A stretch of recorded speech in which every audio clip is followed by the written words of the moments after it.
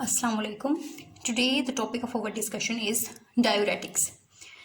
अब ये जो है फार्माकोलॉजी में डायूरेटिक्स का जो है वो हमारे पास एक बहुत इम्पोर्टेंट हमारे पास एक डिस्कशन का टॉपिक है डायूरेटिक्स। अब डायूरेटिक्स का जो सिंपल डेफिनेशन है वो क्या है कि ये हमारे पास क्या करते हैं, decrease sodium reabsorption from kidney back into the blood and increase urine. अभी क्या करते हैं कि सोडियम की रीएब्जॉर्प्शन को डिक्रीज कर देते हैं from kidney back into the blood और इंक्रीज कर देते हैं हमारे पास यूरिन के वॉल्यूम को। अब इस चैप्टर में जो है हमारे पास कुछ टर्म्स हैं जिनको हमारे लिए समझना जो है उनको अंडरस्टैंड करना फर्स्ट ज़रूरी है उसके आगे चलने से पहले।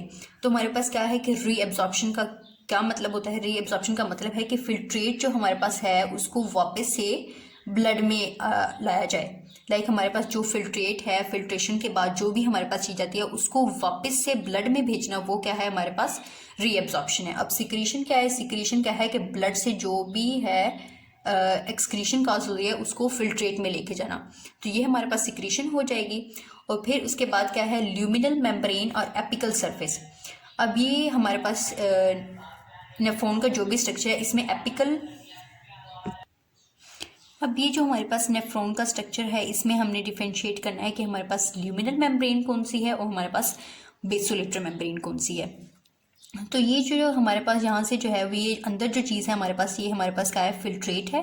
और ये हमारे पास बाहर जो क्या है वो हमारे पास इंटरस्टिशियम या फिर ब्लड है। तो ल्यूमिनल मेम्ब्रेन का एक दूसरा नाम है जिसको क्या कहते हैं हम, एपिकल सरफेस। अब एपिकल सरफेस क्या है, फेसिस फिल्ट्रेट इन ट्यूबुलर ल्यूमेन। अब ये हमारे पास ट्यूब्यूल्स हैं और इसके अंदर फिल्ट्रेट है। अब जो सरफेस जो है वो फिल्ट्रेट को फेस कर रही है, जो सरफेस उसको क्या कहेंगे हम, एपिकल सरफेस। लाइक ये वाली जो सरफेस है इस साइड वाली उसको क्या कहेंगे, एपिकल सरफेस। और जो ये वाली सरफेस है जो कि ब्लड या इंटरस्टिशियम को फेस कर रही है उसको क्या कहेंगे हम, बेसोलेटर सरफेस। ओके हो गया, ये बेसोलेटर सरफेस है, फेस आइदर ब्लड या फिर इंटरस्टिशियम। और ल्यूमिनल मेम्ब्रेन जो एपिकल सरफेस है वो क्या करती है, फेस करती है फिल्ट्रेट इन ट्यूबुलर ल्यूमेन को।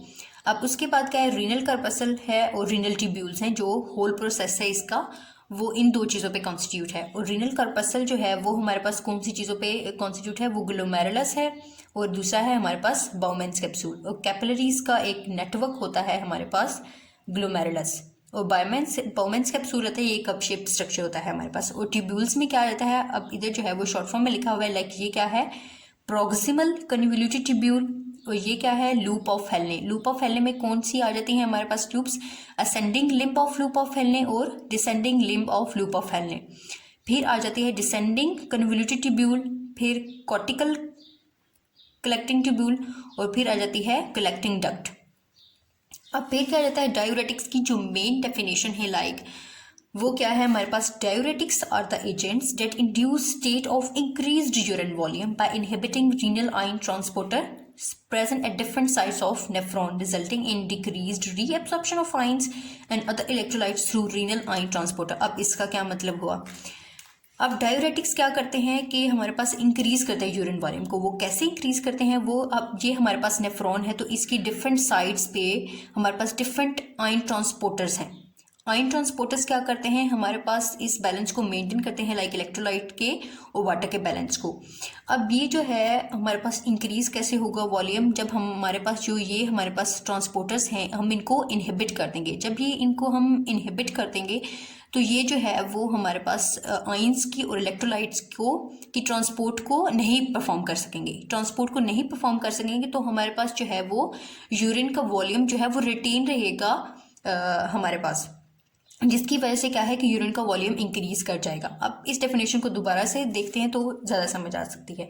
Diuretics are the agents that induce state of increase urine volume. क्या है, हमारे पास यूरिन का वॉल्यूम जो है वो इंक्रीज हो गया है bye inhibiting renal ion transporters, renal ion transporters को इनहिबिट करने की वजह से, present at different sites of nephron, जो कि कहाँ प्रेजेंट है, डिफरेंट साइट्स ऑफ नेफ्रॉन की, रिजल्टिंग इन डिक्रीज्ड रीएब्जॉर्प्शन। हमारे पास क्या है, रीएब्जॉर्प्शन डिक्रीज हो गई है क्योंकि हमने क्या किया है कि रीनल आयन ट्रांसपोर्टर्स को ब्लॉक कर दिया है, इनहिबिट कर दिया है। Decreased reabsorption of ion and other electrolytes through renal ion transporter, जो कि इनके थ्रू होने थे। अब इनको हमने इनहिबिट किया तो ऑटोमेटिकली क्या है, डिक्रीज्ड एब्जॉर्प्शन, रीएब्जॉर्प्शन होगी। रीएब्जॉर्प्शन कम होगी तो हमारे पास यूरिन का वॉल्यूम क्या है, इंक्रीज हो जाएगा। अब क्या है कि बिकॉज डायूरेटिक्स जो हैं वो प्रोड्यूस क्या करते हैं, डायूरेसिस प्रोड्यूस करते हैं और इनका इफेक्ट क्या होता है, सोडियम की एक्सक्रीशन पे, उसको इनहिबिट करते हैं। तो ये इनको हम एक दूसरे नाम से भी बुला सकते हैं, लाइक उनका क्या है, नेट्यूरेटिक्स। अब नेट्यूरेटिक्स का क्या मतलब है, नेट्यूरेटिक्स Na से सोडियम, और नेट्यूरेटिक्स जो डायूरेसिस को इंक्रीज करते हैं। अब इनमें क्या है कि एक जैसे कहा जाता है ऑल नेट्यूरेटिक्स आर डायूरेटिक्स। अब ये तो कॉमन सी बात है कि सारे नेट्यूरेटिक्स जो हैं वो डायूरेटिक्स तो कहलाएंगे ही, क्योंकि सब जो है वो डायूरेसिस कॉज कर रहे हैं नेट्यूरेटिक्स। लेकिन एक एक्सेप्शन है, but all diuretics are not natriuretics. लेकिन एक एक्सेप्शन क्या है कि सब डायूरेटिक्स जो हैं वो हमारे पास नेट्यूरेटिक्स नहीं है। अब इसमें क्या है, ये क्यों डायूरेटिक्स नेट्यूरेटिक्स नहीं है, कि हमारे पास एक डायूरेटिक्स की क्लास है ऑस्मोटिक डायूरेटिक्स। अब ये क्या करते हैं कि deals only with the movement of H2O। अब जो हमारे पास बाकी सारे डायूरेटिक्स हैं वो हमारे पास आयंस की भी रीअब्सॉर्प्शन को कम करते हैं, लेकिन ऑस्मोटिक डायूरेटिक्स हैं वो सिर्फ किसके साथ डील करते हैं, H2O की मूवमेंट के साथ डील करते हैं। और ये कहाँ प्रेजेंट होते हैं, descending limb of loop of Henle में, जहाँ पे कोई रीनल आयन ट्रांसपोर्टर जो है वो प्रेजेंट नहीं होता। अब रीनल आयन ट्रांसपोर्टर प्रेजेंट नहीं होता तो इसका यही मतलब है कि हमारे पास आयंस की ट्रांसपोर्ट वहाँ पे नहीं परफॉर्म होती, जिसकी वजह से क्या है कि वो सिर्फ जो है वो H2O की एक्सक्रीशन के साथ जो है वो वर्क करते हैं। और इसकी एग्जाम्पल क्या है हमारे पास, मैनिटोल। तो इसका क्या मतलब हुआ कि ऑल नेट्यूरेटिक्स जो हैं वो डायूरेटिक्स होते हैं, लेकिन ऑल डायूरेटिक्स जो हैं वो हमारे पास नेट्यूरेटिक्स नहीं होते, क्योंकि हमारे पास एक्सेप्शन आ जाती है ऑस्मोटिक डायूरेटिक्स की।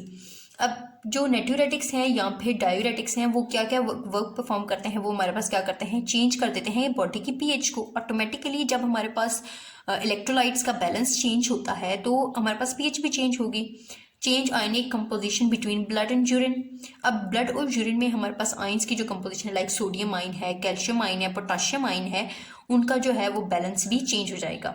यूरिन वॉल्यूम इंक्रीज हो जाएगा, जो मेन पर्पस है कि हम अपने डायबिटिक्स को यूज कर रहे हैं। अब ये हमारे पास सिंपल सी इंट्रोडक्शन हो गया। इसके बाद क्या है कि हम देखते हैं कि therapeutic uses of diuretics, like diuretics किन किन कंडीशंस में यूज करते हैं हम। फर्स्ट थेराप्यूटिक यूज इनका किस में है कि ये रीनल डिसऑर्डर्स में यूज होते हैं। अब रीनल डिसऑर्डर्स में क्या एग्जांपल आ जाती है हमारे पास, नेफ्रोटिक सिंड्रोम। अब सिंड्रोम का जो वर्ड है वो यही होता है कि हमारे पास ऑर्गन की कंप्लीट डिस्ट्रक्शन हो गई है, लाइक वो अपना काम नहीं परफॉर्म कर पाता, जिसकी वजह से सिंड्रोम का नाम दिया जाता है। अब नेफ्रोटिक सिंड्रोम में होता क्या है, हमारे पास फोमिंग ऑफ यूरिन हो जाती है। अब फोमिंग ऑफ यूरिन क्या है, हमारे पास प्रोटीन्स या फिर ब्लड सेल्स अपीयर होना शुरू हो जाते हैं, या फिर कलर चेंज हो जाता है और एडिमा अकर हो जाता है। अब नॉर्मली जो है वो हमारे पास यूरिन पेल येलो कलर का होता है और उसमें कोई ब्लड सेल्स या फिर प्रोटीन्स नहीं होते हैं। लेकिन जब हमारे पास नेफ्रोटिक सिंड्रोम आता है तो हमारे पास प्रोटीन्स या फिर ब्लड सेल्स अपीयर हो जाते हैं यूरिन में, या फिर कलर जो है वो बहुत ज़्यादा चेंज हो जाता है। और एडिमा क्या है, हमारे पास एडिमा जो है वो हमारे पास excessive accumulation of liquid water, जो भी चीज़ है हमारे पास लिक्विड, उसकी एकोमुलेशन को क्या कहते हैं, एडिमा कहते हैं। अब दूसरी कंडीशन क्या आ जाती है हमारे पास, कार्डियोवास्कुलर डिसऑर्डर। कार्डियोवास्कुलर डिसऑर्डर में कौन कौन सी एग्जांपल्स है, हाइपरटेंशन है, कंजेस्टिव हार्ट फेलियर है। अब इन कंडीशंस में क्या होता है जिसकी वजह से हमें जो है वो डायरेटिक्स को यूज़ करना पड़ता है, इसकी देख लेते हैं। अब हाइपरटेंशन में क्या होता है, हाइपरटेंशन की कंडीशन में हमारे पास पेरिफेरल वेस्कुलर रेजिस्टेंस इंक्रीज हो जाती है और ब्लड सप्लाई जो ऑर्गन्स को है वो हमारे पास डिक्रीज हो जाती है। अभी डिक्रीज क्या होती है, किडनी में जो हमारे पास एक स्पेसिफिक सेल्स होते हैं जस्टा ग्लोमेरुलर सेल्स, वो क्या सीक्रेट करते हैं, हमारे पास रेनिन सीक्रेट करते हैं। अब रेनिन जो है वो हमारे पास एंजियोटेंसिन 2 की सिक्रेशन को इंक्रीज कर देता है और ये ब्लड में ज़्यादा हो जाता है। अब एंजियोटेंसिन 2 क्या करता है, हमारे पास वेजोकंस्ट्रिक्शन को इंक्रीज कर देता है, सोडियम और H2O की भी एक्सक्रीशन को इंक्रीज कर देता है। और ये क्यों होता है, क्योंकि ये एल्डोस्टेरोन को रिलीज करता है, एल्डोस्टेरोन को रिलीज करता है, जिसकी वजह से क्या होता है, डिट्योरेशन हो जाती है। लाइक डिट्योरेशन क्या है, हमारे पास हार्ट पे लोड इंक्रीज हो जाता है, लाइक उस पर वर्कलोड ज़्यादा इंक्रीज हो जाता है। तो हमारे लिए क्या है कि हम जो है वो एक्सेसिव वाटर को रिमूव करें, सोडियम को रिमूव करें और वेजल्स को डायलेट करें, जिसकी वजह से जो है हमारे पास अपना जो बैलेंस है वो मेंटेन हो सकता है। तो क्या होगा, अब हाइपरटेंशन की वजह से हमारे पास क्या क्या हुआ था, हमारे पास Na की भी क्वांटिटी ज़्यादा हो गई थी, वाटर की भी, और वेजोकंस्ट्रिक्शन काज हो गई थी, जिसकी वजह से हमारे पास हार्ट पे लोड वर्क ज़्यादा हो गया था। तो हमारी रिस्पॉन्सिबिलिटी है कि हम जो है वो सोडियम को भी रिमूव करें, वाटर को भी रिमूव करें और वेजल्स को क्या करें, डायलेट करें। अब फिर उसके बाद कौन सी कंडीशन थी, कंजेस्टिव हार्ट फेलियर की। कंजेस्टिव हार्ट फेलियर में क्या होता है कि हमारे पास 2 टाइप्स हैं, लाइक राइट साइडेड भी हमारे पास फेलियर हो सकता है या और लेफ्ट साइडेड भी फेलियर हो सकता है। अब राइट साइडेड में कौन सा ब्लड होता है, हमारे पास डीऑक्सीजनेटेड ब्लड होता है, और इसका फंक्शन क्या है कि ये ब्लड जो है वो बॉडी ऑर्गन से लंग्स में जाता है फॉर ऑक्सीजनेशन। लेकिन जब हमारे पास बॉडी ऑर्गन से जो ब्लड है वो हमारे पास लंग्स में नहीं जाएगा, एबनॉर्मेलिटी कॉज हो जाएगी, तो हमारे पास क्या होगा, लिवर एनलार्जमेंट हो जाएगा। लाइक उसमें लिवर एनलार्जमेंट, उसका साइज इंक्रीज हो जाएगा और एब्डोमेन में वाटर का जो क्वांटिटी है वो हमारे पास क्या है, इंक्रीज हो जाएगी, और वाटर और हैंड्स का जो है, फुट और हैंड का हमारे पास क्या है, एडिमा हो जाएगा। लाइक उनका वो स्वेल हो जाएंगे। एडिमा जो है वो हमारे पास क्या है, accumulation of water. Right sided condition की वजह से क्या होगा कि हमारे पास एब्डोमेन में वाटर इंक्रीज होगा और फुट और हैंड का एडिमा हो जाएगा। और लेफ्ट साइडेड में क्या है, लेफ्ट साइडेड में क्या है, ऑक्सीजनेटेड ब्लड होता है, और ये कहाँ जाता है, लंग्स से हमारे पास बॉडी ऑर्गन्स में जाता है। लेकिन जब एबनॉर्मेलिटी कॉज हो जाएगी तो ये नहीं जा सकेगा बॉडी ऑर्गन्स में, बॉडी ऑर्गन्स में नहीं जाएगा तो लंग्स में उसकी एकुमुलेशन हो जाएगी। लंग्स में एकुमुलेशन होगी तो हमारे पास पल्मोनरी एडिमा हो जाएगा। पल्मोनरी का वर्ड जो है वो हमारे पास लंग्स के साथ एसोसिएटेड है, तो हमारे पास पल्मोनरी एडिमा हो जाएगा और लेथार्जिक कंडीशन आ जाएगी। अब इन दोनों कंडीशंस में क्या ज़रूरी है कि फिर से हम एडिमा को ख़त्म करने के लिए वाटर की एक्सक्रीशन को इंक्रीज करें, जिसकी वजह से हम डायूरेटिक्स को यूज़ करते हैं। और फिर उसके बाद हमारे पास कौन सी कंडीशन आ जाती है, एजी एडिमेटर स्टेट। अब जिन कंडीशंस में हमारे पास एडिमा होता है तो उनमें हमें डायूरेटिक्स को यूज़ करना ही पड़ता है, क्योंकि एडिमा जो है वो एक्सेसिव एक्युमुलेशन ऑफ वाटर है, तो डायूरेटिक्स के ज़रिए जो हम एक्सेस वाटर को रिमूव कर सकते हैं बॉडी से। सबसे पहले आ जाती है हार्ट फेलियर, जो पीछे हमने डिस्कस किया है, उसमें एडिमा कन्फर्म्ड है, या तो लंग्स में हो जाएगा या फिर बॉडी ऑर्गन्स में हो जाएगा।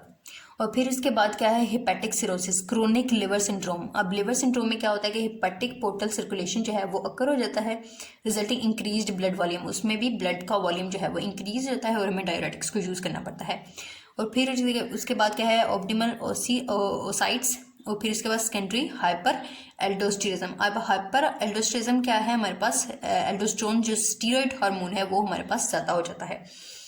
फिर उसके बाद हमारे पास कौन सी कंडीशन है, एंडोक्राइन डिसऑर्डर्स की। एंडोक्राइन डिसऑर्डर्स में कौन कौन से डिसऑर्डर्स हैं, डायबिटीज़ इंसिपिडस है, जो कि क्या, पोलीयूरिया या फिर साइल्सपिया। अब इन कंडीशंस में क्या होता है कि पोलीयूरिया में क्या है, हमारे पास लार्ज वॉल्यूम ऑफ यूरिन जो है वो डिल्यूट यूरिन प्रोड्यूस होता है। Large volume of dilute urine produce होता है तो हमारे पास जो है, हमें फिर भी हम डायूरेटिक्स को यूज़ करते हैं। अब कॉमन है कि इंसान के माइंड में क्वेश्चन आएगा, लाइक ऑलरेडी उसका यूरिन का वॉल्यूम इंक्रीज है तो हम डायूरेटिक्स क्यों देंगे। अब डायूरेटिक्स क्यों देंगे, अब इसमें स्पेसिफिक कंडीशन है कि डिल्यूट यूरिन जो है वो हमारे पास लार्ज है। जब हम डायूरेटिक्स देंगे तो हमारे पास जो है वो यूरिन सोडियम की रीअब्जॉर्प्शन जो है वो कम हो जाएगी। अब रीअब्जॉर्प्शन जब कम होगी तो ऑटोमेटिकली क्या है, हमारे पास कंसनट्रेट हो जाएगा यूरिन, तो ऑटोमेटिकली उसकी क्वांटिटी भी कम एक्सक्रीट आउट होगी। और इसके लिए हम स्पेसिफिक क्या यूज़ करते हैं, थायोसाइड्स यूज़ करते हैं। जो इसकी दूसरी कंडीशन है उसमें क्या है, अब नॉर्मली इंक्रीज थर्स्ट हो जाती है, लाइक ज़्यादा इंसान को प्यास लगती है। अब इन दोनों कंडीशंस पे हम डायूरेटिक्स यूज़ कर देंगे। और फिर उसके बाद आ जाती है हमारे पास हाइपरकैल्सीमिया। हाइपरकैल्सीमिया में क्या है कि कैल्शियम का लेवल जो है वो इंक्रीज हो जाता है। अब पीछे जो हमने सोडियम या फिर वाटर को ज़्यादा डिस्कस किया, लेकिन ज़्यादा जो आयंस भी एक्सक्रीट आउट हो जाते हैं। अब इसमें एक स्पेसिफिक क्लास है लूप डायूरेटिक्स की। अब लूप डायूरेटिक्स में क्या है, वो स्पेसिफिकली यूज़ होते हैं हमारे पास रिमूवल ऑफ कैल्शियम के लिए। अब ये हमारे पास थेरापेटिक यूजेस हो गए हैं हमारे पास सारे।